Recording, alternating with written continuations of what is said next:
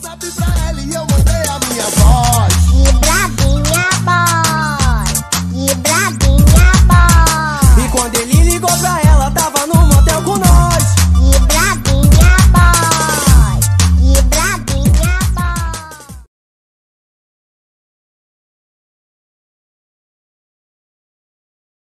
Ele mandou zap pra ela e eu... Fala essa galera, seja todo mundo muito bem-vindos, bem-vindas e bem-vindes a mais um episódio do podcast mais oleoso da região metropolitana da RMR, ou do Brasil, ou quem sabe do mundo. Pois é, sejam muito bem-vindas e bem-vindas a mais um episódio do Que Brava. Não satisfeitos de estar no radinho, como já estivemos, de estar na sua plataforma de stream favoritas, estamos agora aqui.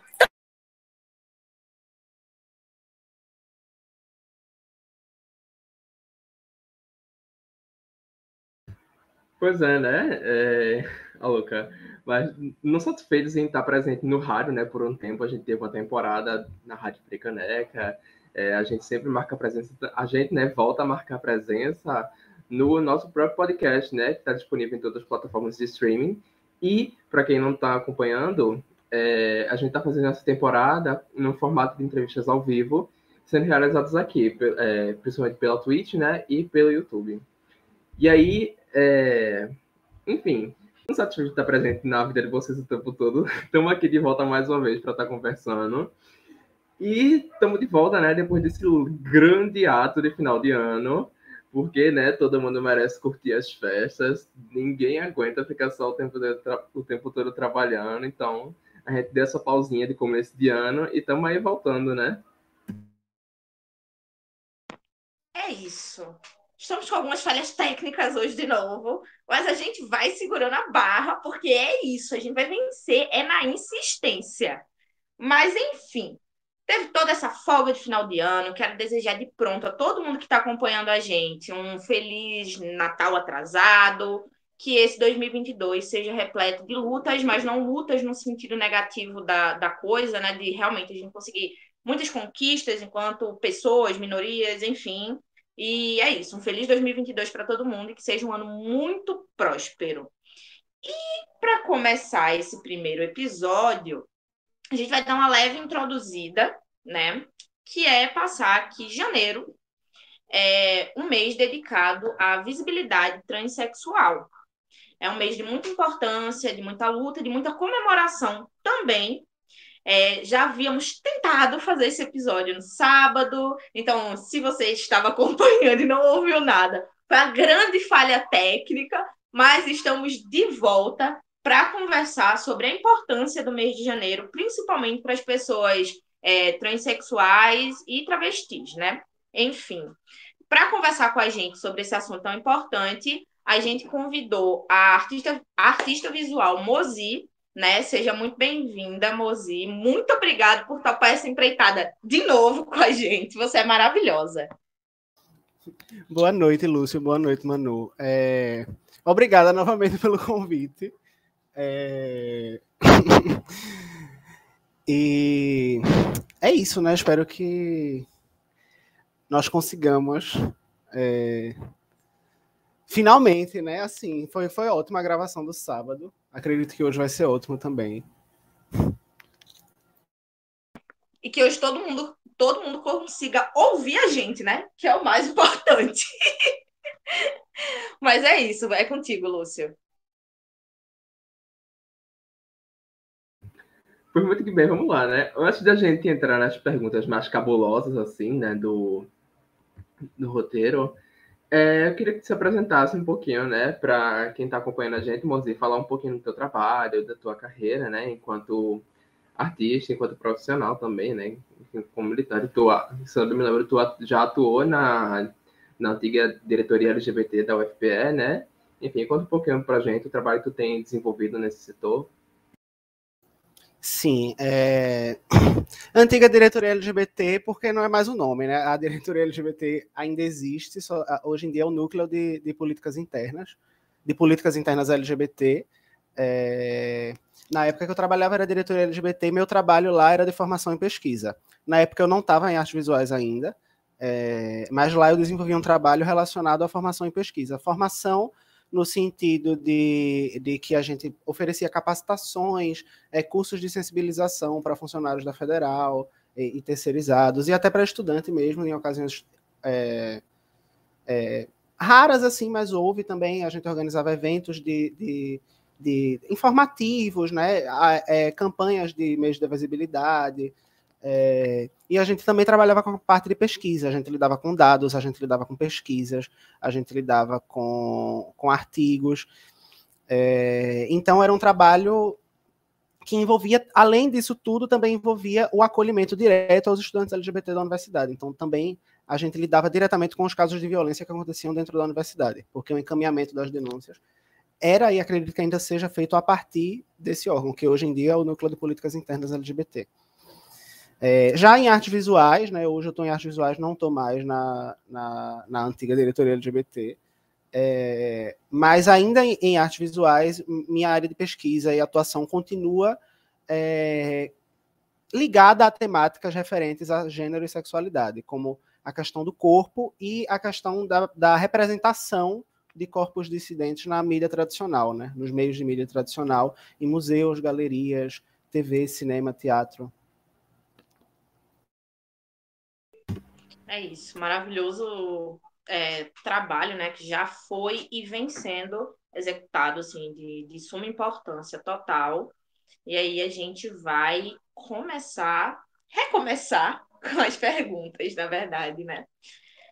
O que é esse mês de visibilidade trans? Qual a importância desse momento, principalmente na atual conjuntura do Brasil, né? Então, esse mês da visibilidade trans, primeiro a gente tem que pensar como ele surgiu, né? De onde saiu. O nome oficial do dia, né, da data comemorativa, digamos assim, entre aspas, é o dia 29 de janeiro, que é o Dia Nacional da Visibilidade Trans. Existe um marco internacional, que é o dia 31 de março, que é o Dia Internacional da Visibilidade Trans, mas no Brasil a gente vê que existe uma prevalência dessa data do dia 29, realmente prevalecendo como o Dia da Visibilidade. E por conta disso, né, o mês de janeiro, como um todo, ficou instituído como o mês da visibilidade trans.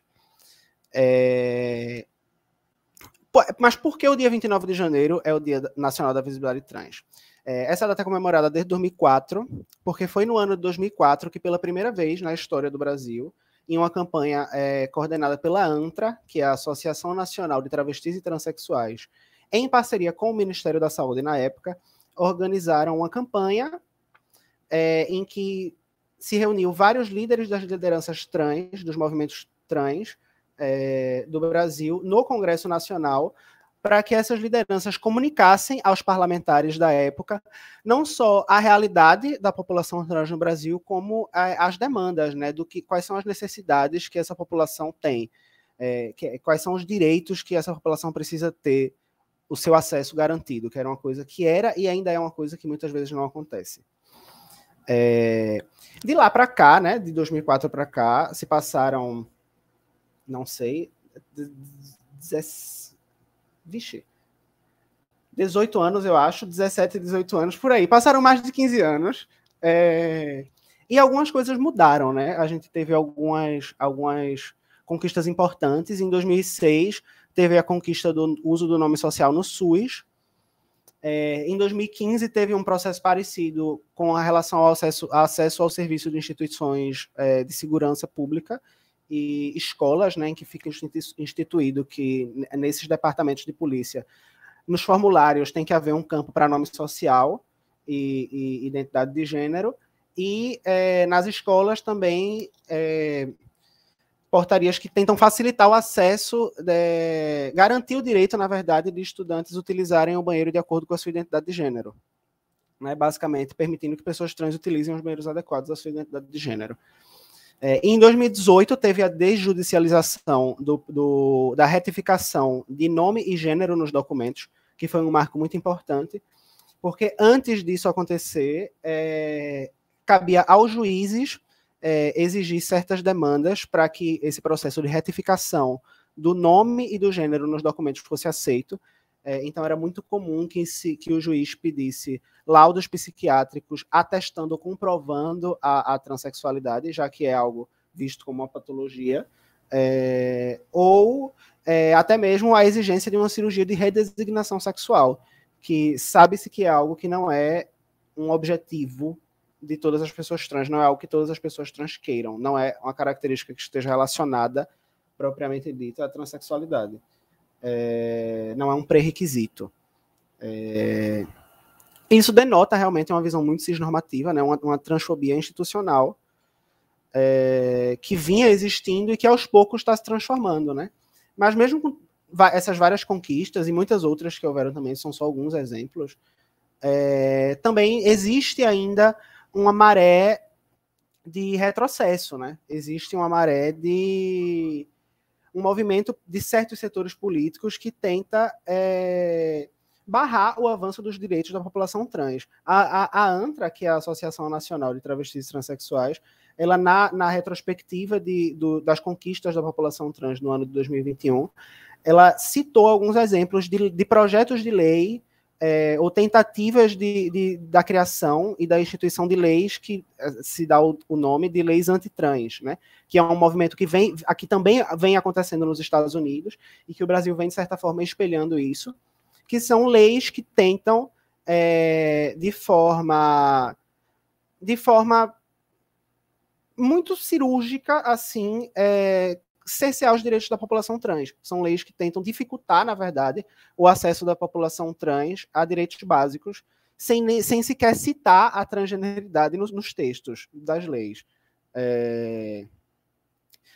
Alguns desses exemplos foi o Tribunal de Justiça da Paraíba, que vetou uma lei municipal de Campina Grande, que condicionava o uso dos banheiros à anatomia dos estudantes, ou seja, ao dito sexo biológico, entre aspas.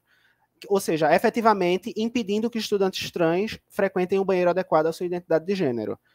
Também houve a PL 504, que foi inicialmente proposta em 2020, mas barrada só ano passado, na ALESP, a Assembleia Legislativa de São Paulo, do Estado de São Paulo, que uma PL que proibia a publicidade de materiais com alusão à diversidade sexual. Ou seja, basicamente impedia materiais informativos, impedia que esse serviço de propagar informação, de trazer informação e representatividade fosse dificultado, né?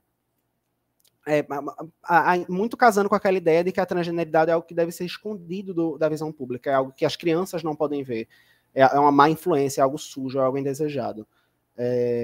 A Câmara dos Vereadores do Rio de Janeiro barrou uma proposta que tentava proibir o acesso de pessoas trans às competições esportivas adequadas à sua identidade de gênero, que é uma coisa que a gente sabe que é um argumento anticientífico, que os critérios que se utiliza para essa divisão de jogos, a gente não existe evidência de que atletas trans tenham vantagem ou desvantagem. A gente sabe que atletas trans que participam das suas equipes, por exemplo, mulheres trans, como Tiffany do vôlei, que participa do time feminino de vôlei, ela não é a atleta de melhor performance do time. Então, e isso não é só um caso dela, isso é um caso de diversos outros atletas trans. Então, a gente sabe que estatisticamente falando, essa suposta vantagem não é comprovada. Então, é inconstitucional, por isso que leis como essa devem ser julgadas inconstitucionais. E o STF suspendeu uma lei de Rondônia que proibia o uso de linguagem neutra nas escolas do estado de Rondônia, né? Que é também uma decisão que busca reforçar esse padrão binário, né? Que é um padrão transfóbico. Afinal de contas, a não binariedade ela é algo que faz parte do guarda-chuva trans, né? Então, decisões que dificultam a vida de pessoas não binárias, elas, consequentemente, também são decisões antitrans. Pois é, né? É complicado e é nesses momentos, né, que tipo, as pessoas pensam, talvez pensem que, sei lá, a violência transfóbica, no geral, é só, não, porque é um xingamento na rua, uma coisa assim, mas são violências que vão se sedimentando e, num certo momento, se tornam projetos de poder para a exclusão e violentação das vidas trans, né? E é super importante a gente ter esses momentos como o mês da visibilidade trans e a criação de movimentos organizados, né, para criar essas salvaguardas judiciais de proteção das vidas trans, né? Enfim, e aí, quer falar? À vontade. Então, um dos motivos da necessidade, da importância do mês da visibilidade trans é exatamente essa, né? É a gente não só comemorar as conquistas que já aconteceram, mas a gente exigir que os direitos conquistados sejam garantidos, exigir o cumprimento dessas leis que facilitam o acesso da população trans a direitos, e exigir que hajam cada vez mais direitos. Afinal de contas, ainda tem um longo caminho pela frente, ainda existe muita violência contra a população trans, e isso é algo que pode ser visto nos números, isso é algo que pode ser visto nos dados. E existe esse movimento, o Brasil está num momento de crescimento do fascismo, né? O Brasil está num momento em que a mentalidade coletiva, essa violência contra grupos, contra minorias políticas, ela está sendo fomentada, ela está sendo estimulada nessa mentalidade coletiva, né? Isso só amplifica ainda mais a importância. Eu acho que num momento como esse, o mês da visibilidade trans é mais importante do que nunca, como um momento de informação, como um momento de quebrar o estigma, de passar uma informação correta sobre a transgeneridade, porque existe muita desinformação, existe muito estigma, existe uma mentalidade muito estabelecida sobre o que é a transgeneridade, mas essa mentalidade não condiz com a realidade, porque a forma como a transgeneridade é representada na mídia, ela não é feita a partir de uma ótica trans, ela é a forma como pessoas cis enxergam a transgeneridade, e isso só reforça essa estrutura de poder. Pois é. E aí, entrando agora, aproveitando que tu falou, né, de como hoje a gente percebe uma materialização da violência contra pessoas trans, nos próprios dados, né, da violência, quando a gente pega para olhar o mapa da violência no Brasil, a gente tem observado, né, que se tornou cada vez mais aparente esses casos de violência contra pessoas transgêneras, né? Não que antes não tivessem, mas parece que começou a entrar mais na pauta, na agenda pública, assim, né, de discussão pública dos noticiários e tal, a questão trans, né, e a violência contra pessoas transgênero. Em Pernambuco mesmo, a gente teve recentemente, acho que no ano passado, acho que foram 3 casos, quase que em sequência, um atrás do outro, né, na mesma semana, ou foram em semanas subsequentes, casos de violência, assim, brutal, né? E, na verdade, casos de violência, enfim, extremamente brutais contra pessoas transgênero, chegar a queimarem viva, né, uma mulher trans próximo ao Cais de Santa Rita, no centro do Recife. E aí, Mozi, eu te pergunto, né, como tu tem observado esse crescimento em torno das pautas transgênero na sociedade, e tu tem observado um crescimento no diálogo em relação sobre as questões pertinentes à comunidade transgênero, o debate sobre a violência que atinge a população, né? Se a gente está conseguindo caminhar para, enfim, né, trazer esse debate, enfim, se a gente está conseguindo caminhar para um lugar de, enfim, né, de mostrar, atestar a relevância desse debate, de conseguir trazer ele para a esfera pública, fazer com que ele seja discutido pelas autoridades, que se comecem a tomar medidas. Enfim, né, já é um trabalho de anos, né, se a gente está conseguindo caminhar mais nesse sentido de desenvolver mais medidas em relação a isso, a gente está conseguindo, enfim, trazer mais relevância para a luta, né, dar mais visibilidade. Eu não gosto de usar a palavra, mas dar mais visibilidade para a causa, né? Sim, nos últimos anos, eu sempre falo, principalmente com relação a essa questão de violência, que ao longo dos anos foi se reportando cada vez mais casos de crimes transfóbicos, né? Mas eu, particularmente, nunca associei isso a um crescimento do número de crimes transfóbicos. Eu acho que o que houve foi um crescimento na percepção desses crimes e no fato desses crimes chegarem até as autoridades. Eu acho que cada vez mais a gente vive num mundo cada vez mais integrado, em que é cada vez mais difícil esconder o que acontece, e que querendo ou não, houveram conquistas da população trans nos últimos anos. Então, é cada vez mais comum ver pessoas trans frequentando certos espaços que antes era muito difícil de você ver uma pessoa trans, como universidades, sei lá, supermercado, um posto de saúde, locais onde geralmente, escolas, locais onde geralmente você não encontraria. Com esse movimento e algo que vem sendo cada vez mais discutido na TV, na mídia hegemônica, né? As pessoas estão falando sobre transexualidade, tem filmes sendo feitos sobre isso, tem peças de teatro sendo feitas sobre isso. Então, é um assunto que está crescendo, mas isso não quer dizer necessariamente que por exemplo, o crescimento no número de casos relatados de crimes transfóbicos tem a ver necessariamente com o aumento no número de crimes. Eu acredito que, na verdade, esses crimes eles estão vindo mais à tona. E mesmo que eles venham mais à tona, se sabe também por uma questão estatística que menos de 25% dos casos de transfobia que são relatados criminalmente, eles chegam a ser sequer julgados. Então, é um número muito, é uma impunidade muito grande, existe uma impunidade muito grande com relação a crimes transfóbicos. É um crime que é cometido e a impunidade ela é quase uma certeza. Então, nesse momento, no momento como a gente está vivendo agora no Brasil, em que essa mentalidade violenta mesmo, essa mentalidade segregatória está crescendo cada vez mais, a população trans ela passa por um risco, porque ela passa a ser um dos alvos prioritários dessa violência, né? A população trans, a partir do momento que existe uma maré crescente de violência fascista, a população trans ela se torna um alvo prioritário disso. Mas realmente, ao longo dos últimos anos, a gente tem visto cada vez mais pessoas trans frequentando espaços, não necessariamente espaços de poder, mas frequentando espaços. Ainda existe uma dificuldade, né, da gente ter esse acesso de pessoas trans a espaços de poder, a locais onde elas têm um poder de decisão, mas é um processo que está crescendo. Na minha geração, por exemplo, ainda é uma geração de muitas primeiras. A primeira travesti formada no curso de pedagogia, a primeira travesti... Eu, por exemplo, sou a primeira travesti do bacharelado de artes visuais. Na licenciatura já haviam, mas eu sou a primeira travesti do bacharelado. Então, a gente está tendo muito uma maré de primeiras, assim.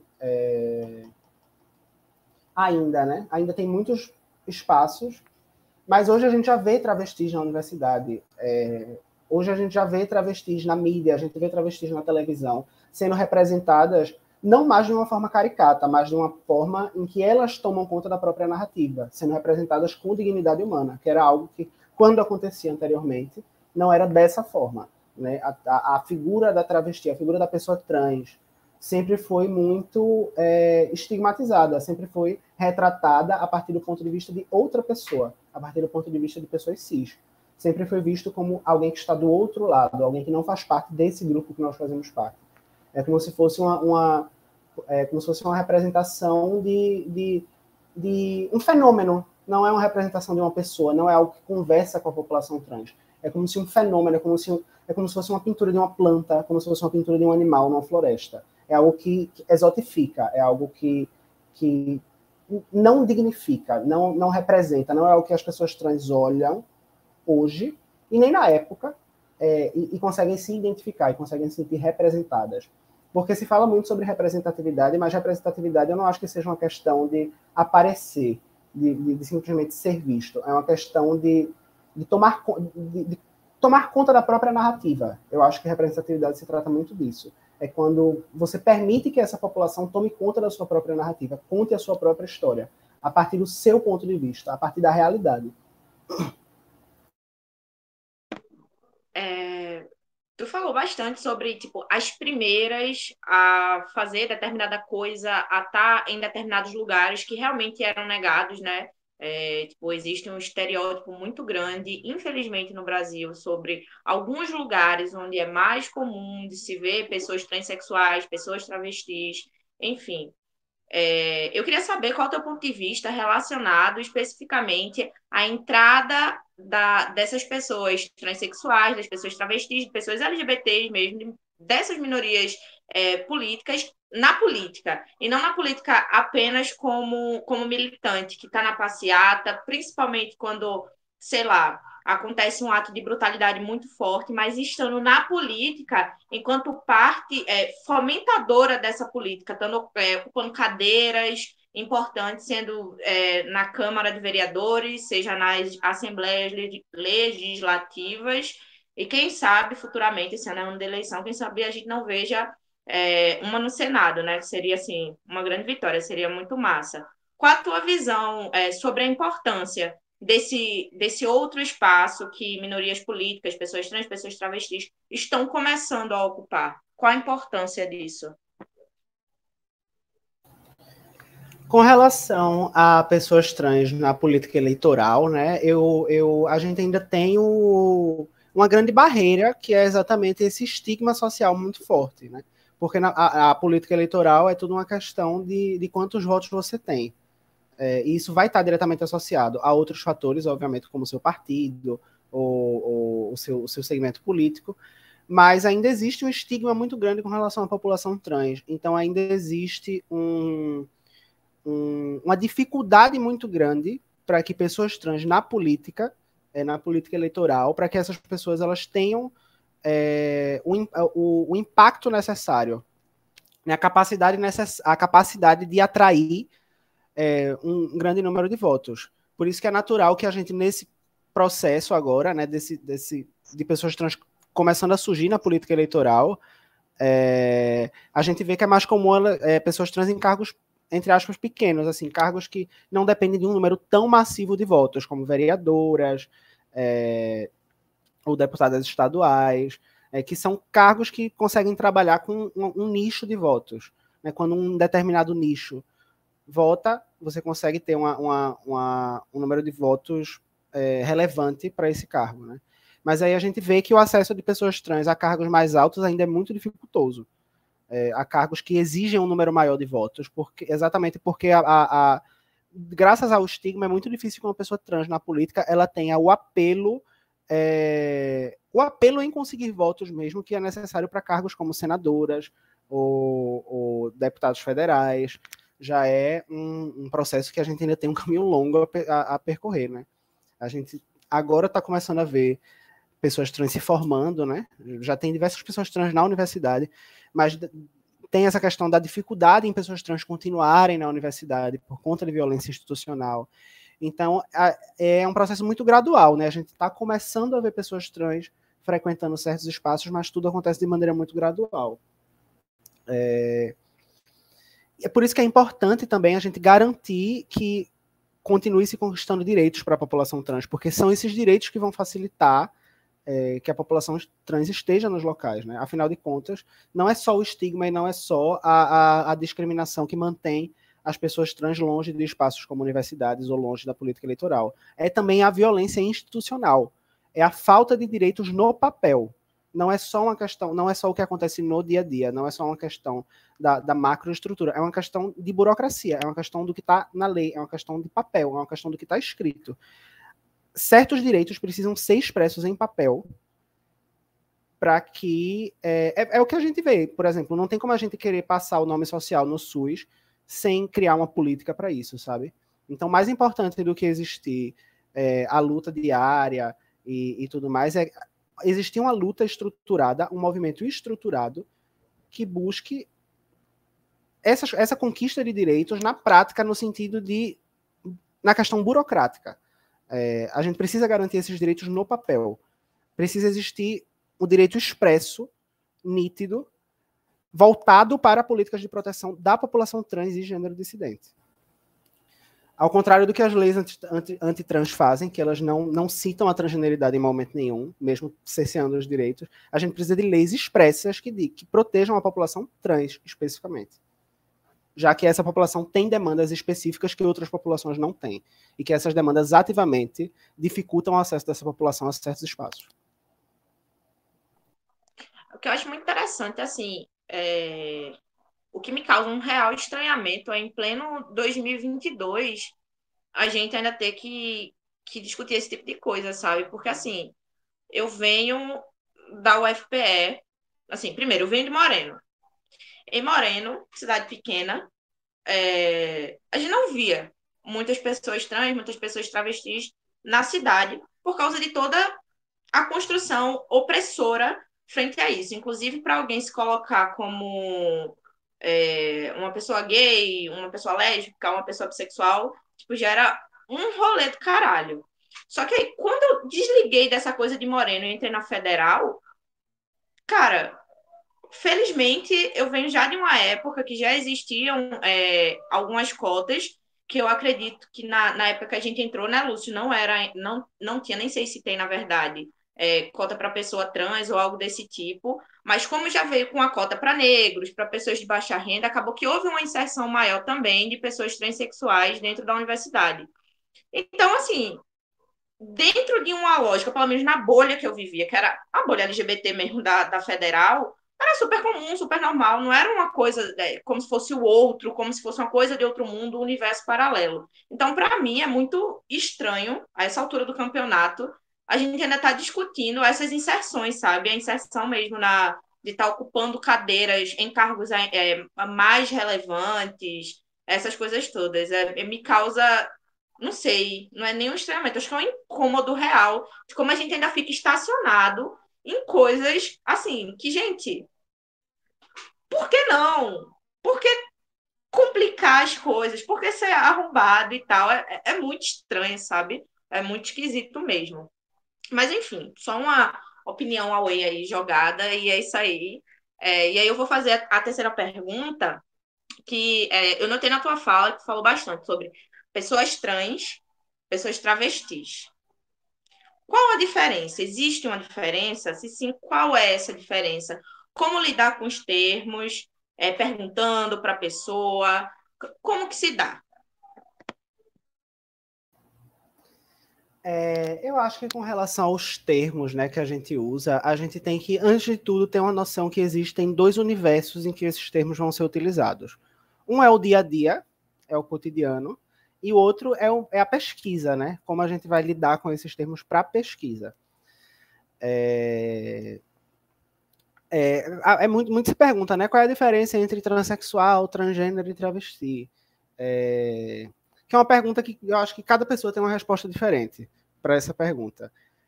Eu sempre gosto de abordar essa questão inicialmente pelo lado linguístico mesmo, e desconstruindo a partir disso. Porque eu quero pensar qual é a origem da palavra transexual, né? Quem foi que criou a palavra transexual? A palavra transexual foi criada na metade do século XX por psiquiatras, né, e médicos para designar as pessoas que eram vistas como dissidentes de gênero, né? Que era visto como uma patologia, é um termo que a princípio surge como uma patologia. Essa dissidência de gênero, ela não é vista como um fenômeno social, ela é vista como um fenômeno biológico, ela é vista como um fenômeno psiquiátrico, como um fenômeno mental, um fenômeno de doença mental.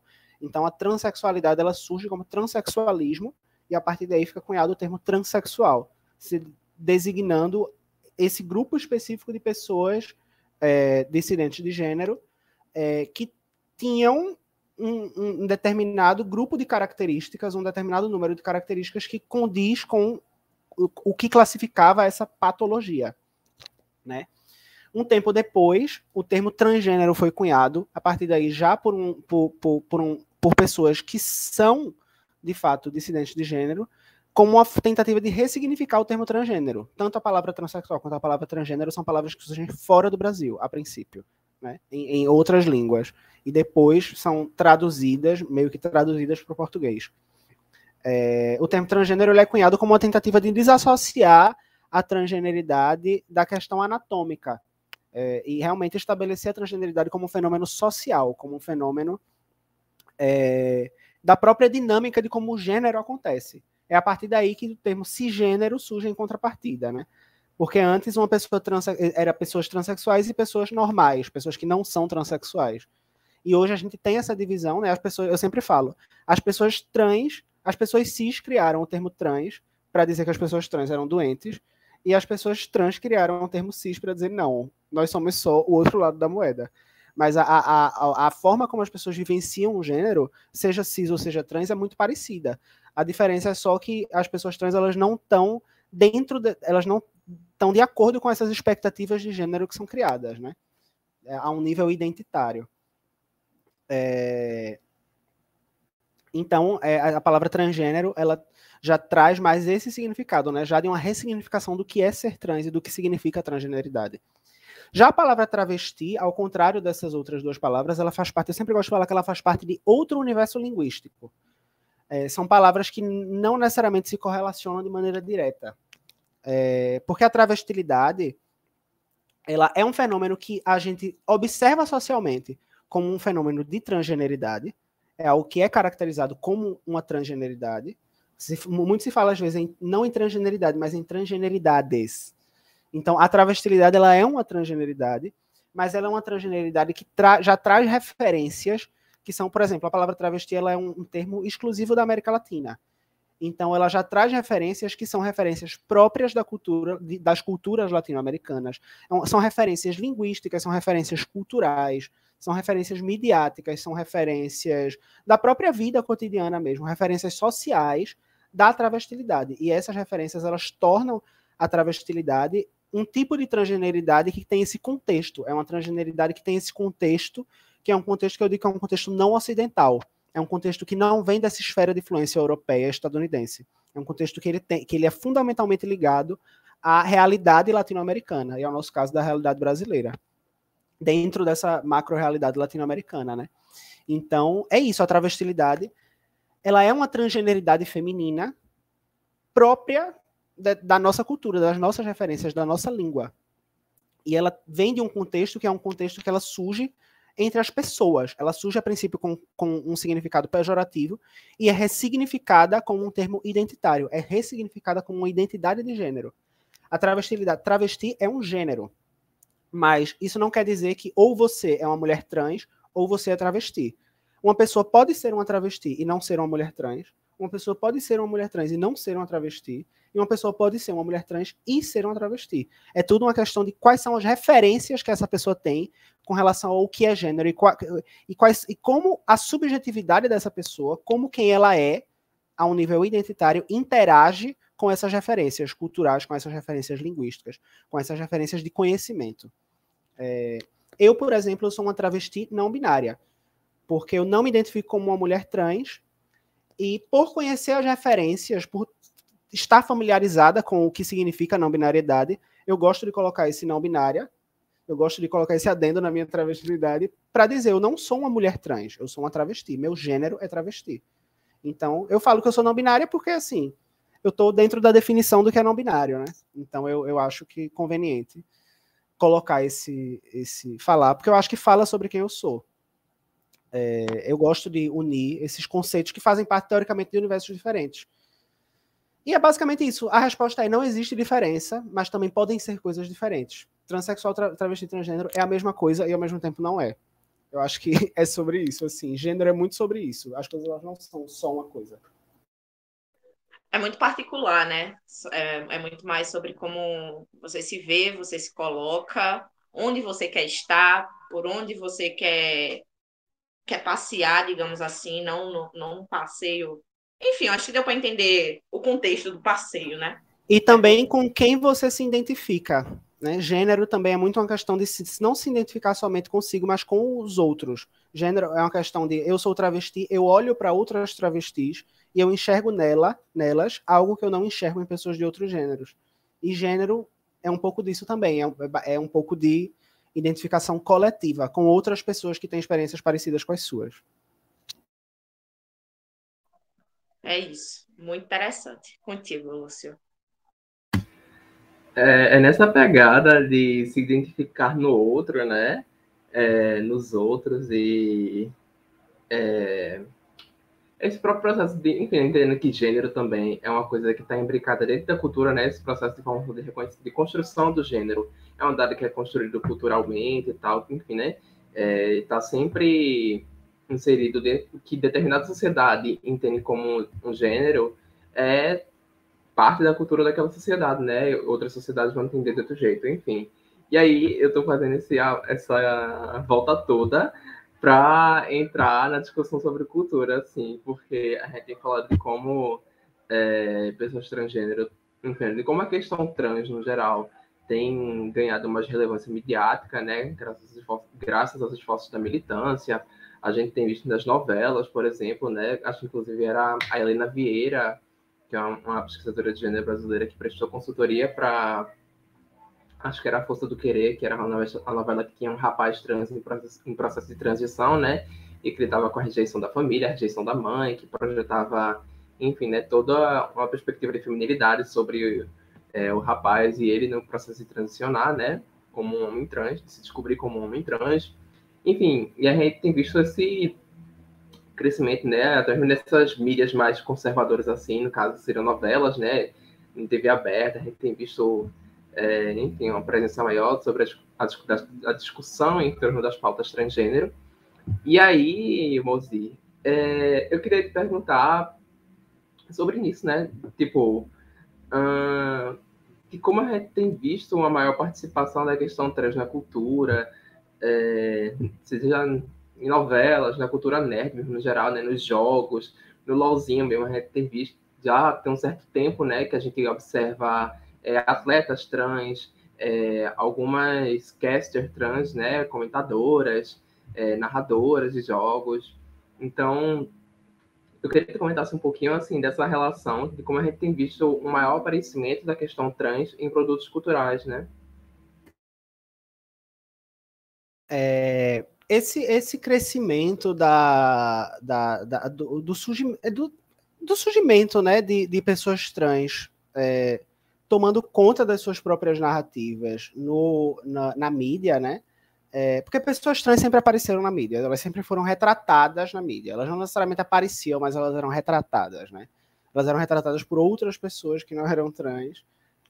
Então, sempre houve pessoas trans na mídia, sempre houve pessoas trans nos filmes, sempre houve pessoas trans nas séries, mas elas nem sempre foram retratadas de forma adequada, né? Isso já é um processo mais recente, né? De pessoas trans sendo retratadas de uma forma mais humanizada, de uma forma menos exotificante. E também, à medida que pessoas trans vão ocupando cada vez mais espaços, né, vão ocupando cada vez mais profissões mesmo, vão ocupando o mercado de trabalho, diversas áreas do mercado de trabalho. A gente vai ver pessoas trans trabalhando com produção, a gente vai ver pessoas trans trabalhando não só em cinema, não só que ainda é um obstáculo que a gente tem, né, de colocar pessoas trans, por exemplo, no cinema e no teatro como a estrela, como a pessoa que vai aparecer, né, mas a gente sabe que existem pessoas trans nos bastidores, sempre existiram. Então, assim, as pessoas trans elas sempre fizeram parte do processo de produção cultural, de produção artística, de produção de todos os tipos. Mas é difícil a gente ver as pessoas trans ocuparem espaços onde elas aparecem, onde elas são o centro das atenções, né? Porque é exatamente essa questão da transgeneridade é a imagem. A transgeneridade está muito associada à imagem, à figura, ao você ver. A partir do momento que você vê a transgeneridade, ela pode se tornar um problema, né? Durante muito tempo ela foi um problema. A partir do momento que ela era vista, a transgeneridade se tornava um problema. Então a gente vê que, aos poucos, com a mudança dessa mentalidade coletiva, né, com esses avanços, tanto nos direitos, quanto nessa mentalidade coletiva, que houveram avanços, mesmo que lentos, e mesmo que ainda tenha um caminho muito grande pela frente, as coisas são um pouco melhores hoje do que elas eram antigamente. Então a gente vê pessoas trans começando a ocupar certos espaços que a gente não via, né? Eu acredito que no Brasil a gente só tenha, de cenário profissional, de alto perfil, assim, eu digo no perfil de competições mundiais, a gente só tem uma atleta de eSports trans, que é Olga, do Counter-Strike. Acredito que não tenha nenhum outro, não em competições de alto perfil, assim, coisa internacional. Mas sabe-se que existe, principalmente hoje em dia, existe uma presença muito grande de pessoas trans, por exemplo, na comunidade de jogos. Existem muitas pessoas trans que jogam jogos online, né? E existem muitas pessoas trans no streaming também. E é uma comunidade que tem uma representação trans considerável, né? Quando a gente leva em consideração a proporção de quantas pessoas trans tem na comunidade como um todo, na sociedade como um todo, e a gente vê a quantidade de pessoas trans que tem nos jogos, a gente vê um número grande de pessoas. Então as pessoas trans elas estão frequentando esses espaços, elas estão consumindo essas referências. E, assim, em termos de mercado, elas são um mercado consumidor.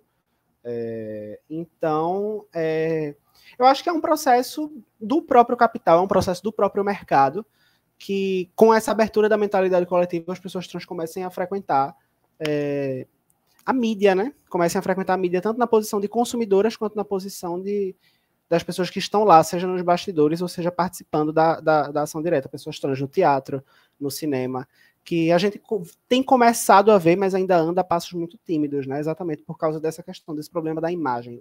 Um dos principais problemas do estigma é a questão da imagem, né? É difícil ainda a gente ter empresas e companhias e produções que estejam dispostas a colocar uma pessoa trans lá na frente, a colocar uma pessoa trans como seu rosto, né? Assim, longe de mim fazer propaganda, eu já fiz essa fala sábado, mas eu tenho que refazer, né? Partindo do pressuposto que ninguém ouviu. Mas, enfim, uma coisa muito interessante que eu vejo é a INTZ, por exemplo, que tem como uma das produtoras de conteúdo a Cher, que é uma mulher trans negra ou uma travesti negra. Eu não tenho certeza sobre a identidade de gênero dela, mas que tá e que é influencer da INTZ. Ela é streamer. Ao redor dela eu vejo uma comunidade de pessoas trans, de pessoas travestis, de pessoas não binárias muito grande, sabe, se formando ao redor dela, porque é como se ela realmente fosse uma referência, sabe, fosse a ponta da corda a ponta do elo que une, que as pessoas se identificam e que por ter essa identificação acaba procurando por ela para conhecer outras pessoas e fazer realmente uma comunidade forte, um lugar seguro, porque os esportes, assim, de certo modo, falando enquanto fenômeno, é meio que recente na realidade brasileira, né, assim, de forma massiva realmente, que está se construindo justamente num período em que esse debate tem sido levantado e tem sido levantado de forma responsável, sabe? Então, assim, é como tu falou, o capital, o capitalismo, o sistema, para quem entende do sistema, sabe que é necessário essa inclusão. Que, obviamente, não estou falando que não é bom, entendeu? É maravilhoso que haja essa inclusão, mas a gente entende quais são os porquês, né, do capital permitir isso. Mas, enfim, não estamos aqui para falar sobre classe ainda. E, enfim, é muito interessante como essa comunidade vai surgindo ao redor dela, ou pelo menos como eu vejo surgindo ao redor dela, sabe? Ações sociais, enfim, outros relatos que eu vejo de meninas que são streamers e saíram da rua, saíram de albergues, de abrigos e conseguem, a partir das streams, fazer isso. Porque, como tu falou, tu teve uma fala assim que me resgatou bastante memórias da época que eu mexia com arte, mais como tipo atriz, tá ligado? De que realmente existe, velho. Sempre existiu. Eu tava ali, tipo, fazendo cabelo, fazendo a maquiagem, sabe? Tipo, bem por trás dos bastidores, realmente. E essas pessoas sempre tiveram lá, mas nunca tiveram realmente uma voz ativa de participação na parada. E é uma coisa que eu vejo se construindo de uma maneira diferente, que para mim é um novo mundo, que é o mundo dos gamers e tal, que elas são o rosto, elas são a representação. As marcas procuram elas para mostrar que, tipo, são bem-vindas, que existem, obviamente, com os motivos lá do capital, mas, enfim, elas são vistas como pessoas, como pessoas consumidoras, como pessoas que as marcas começam a querer atrelar a imagem, e isso de certa perspectiva, é muito bom de ser visto, sabe? Deixa o meu coração quentinho, agora saindo de todas as falas nas técnicas, deixa o meu coração muito quentinho, porque é muito massa você ver essa inclusão, quando em outros momentos o que a gente via, ou pelo menos eu via enquanto mulher cis, eram umas paradas muito pesadas, sabe? Umas paradas completamente negativas e que me deixavam muito abalada, tipo, emocionalmente falando, sabe? Acho que uma das histórias sobre pessoas travestis se assumindo pessoa travestis que eu ouvi, talvez não, com certeza a melhor dessas histórias é a tua, amor. Que eu chorei com Lina me contando sobre como tu meio que se assumiu, né? Não sei nem se a palavra correta ainda a ser utilizada é essa. Eu chorei, assim, emocionada por ter sido, assim, tão diferente de como se dá de maneira geral, sabe? É muito bom você ver histórias boas, você vê que nem todo mundo precisa, tipo, sofrer, que o ideal é que ninguém sofresse, mas a gente sabe que a sociedade é uma merda mesmo.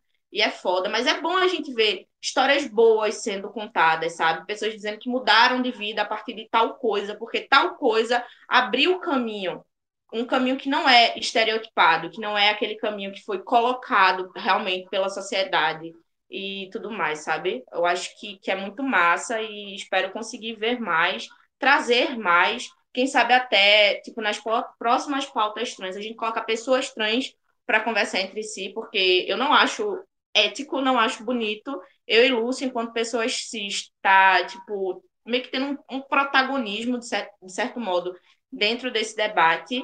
Eu realmente espero que futuramente a gente consiga que esse debate seja feito por vocês, que vocês sejam realmente protagonistas. Obviamente, nosso espaço é pequeno ainda, a gente não tem tanto alcance, mas independente, eu acho que tem que ser protagonizado por quem realmente vive a parada, sabe? E, enfim, talvez isso seja um convite indireto, já que está sempre próxima de Lina, e Lina está com a gente, Lina é a gente também, que a gente possa trocar essas ideias. Foi uma coisa que eu vinha pensando desde sábado, do quão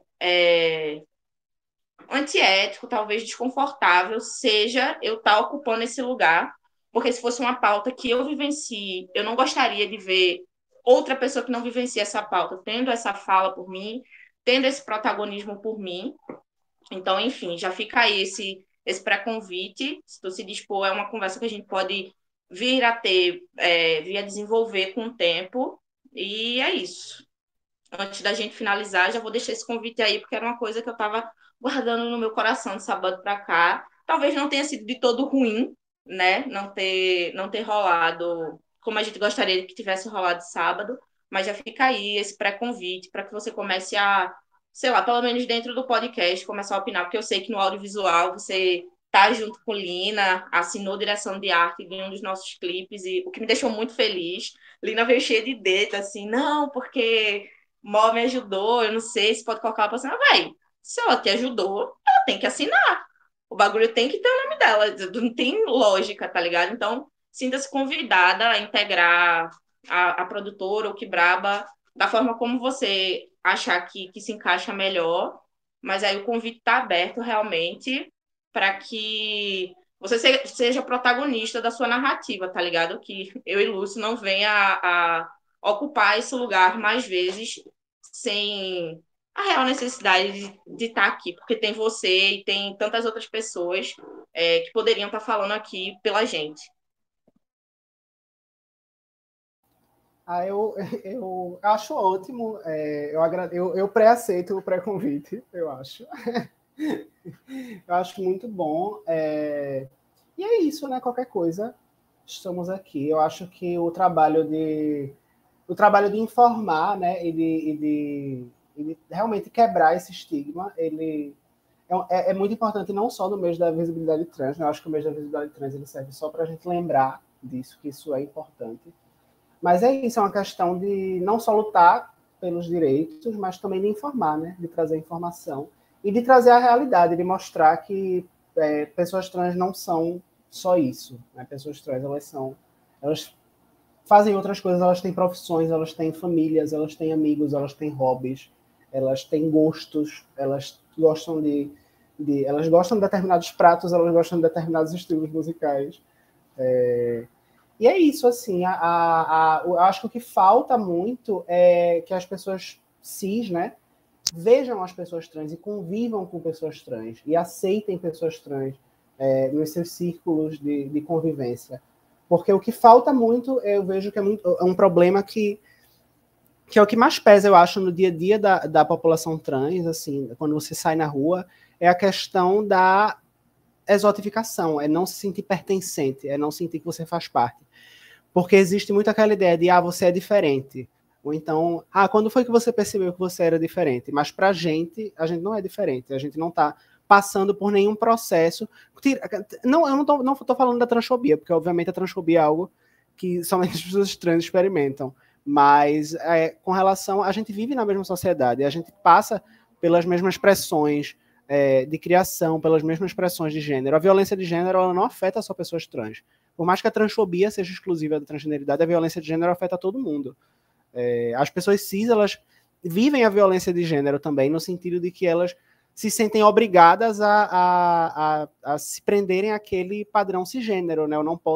A mulher cis, eu não posso parecer um homem, eu não posso me vestir, agir de maneira masculina. O homem cis, não posso usar rosa, não posso usar vestido, sabe? Então isso também são violências. No fundo, a transgeneridade é só... A transgeneridade é uma maneira de mostrar que existe outro caminho.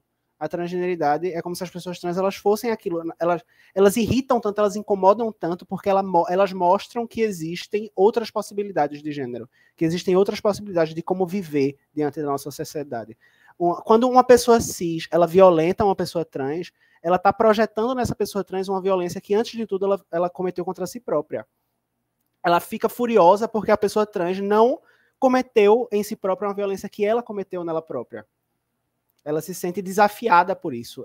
Eu acredito que o incômodo venha muito disso. Então é importante que a gente mostre que pessoas trans, elas são pessoas que passam pelas mesmas coisas, que vivem na mesma sociedade. Nós vivemos todos na mesma sociedade, nós vivemos todos na mesma realidade. Então, é entender que as pessoas trans, elas não são uma ameaça, elas não são um desafio, elas são uma possibilidade, elas são a abertura de um novo caminho. É isso. Vai, Lúcio, pro fechamento, a bala.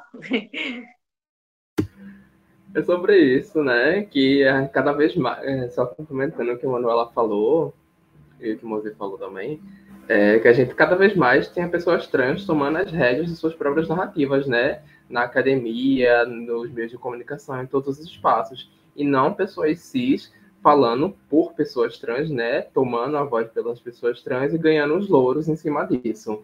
Que a gente cada vez mais tenha as pessoas trans tomando as rédeas das suas narrativas e que a gente consiga superar esse olhar de alteridade, né? Esse olhar de estranhamento sobre as pessoas trans como um outro estranho que habita outro mundo, quando na verdade são pessoas que estão junto ali do nosso lado, né? Enfim. E aí eu só encerrando, né? Queria agradecer, Mozi, de aceitar participar dessa conversa com a gente. E também por ter aceitado participar cada vez mais do Que Braba. Vai ser um prazer trabalhar contigo. E eu queria perguntar se tem mais alguma coisa que tu queira acrescentar, dar um salve, um alô para alguém, comentar alguma coisa, assim. O microfone é seu.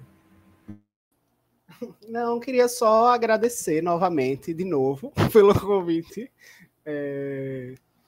E é um prazer, novamente, trabalhar com vocês, né? Participar disso aqui. Espero ter outras oportunidades. E é isso, só agradecimentos e obrigado a quem acompanhou. É sobre isto. Muito obrigado, Mo, de novo e mais uma vez, por ter topado estar com a gente, tanto nessa empreitada desse episódio, quanto também na empreitada do que é o Que Braba, do que a gente quer que seja o Que Braba, sabe? Porque é sempre um processo de construção. Obrigado também a todo mundo que ficou colado aí com a gente, seja agora na Twitch no ao vivo, seja na plataforma de stream que você estiver escutando isso nesse momento, no YouTube também, enfim. Muito obrigado. O Que Braba tá voltando daqui a alguns dias, sábado. Enfim, acompanha a gente nas redes sociais, vocês vão saber exatamente o dia que a gente vai ter episódio de novo, beleza? Vou deixar com o Lúcio aí para o Lúcio dizer quais as redes sociais, porque eu estou o suquinho do Ablublé. Bom, com os neurônios que me restam ainda, para vocês quiserem saber, né, quando vai ter episódio novo do Que Braba e outras coisinhas mais que a gente tá fazendo por aí, vão seguir a gente lá no Instagram, que é o instagram.com/quebrabaprod. Repetindo, instagram.com/quebrabaprod. É isso, galera. Tchau, tchau. Até a próxima. E é isso. Não vai colocar a transição do final aqui, a gente conversa em off, Mó e Lúcio.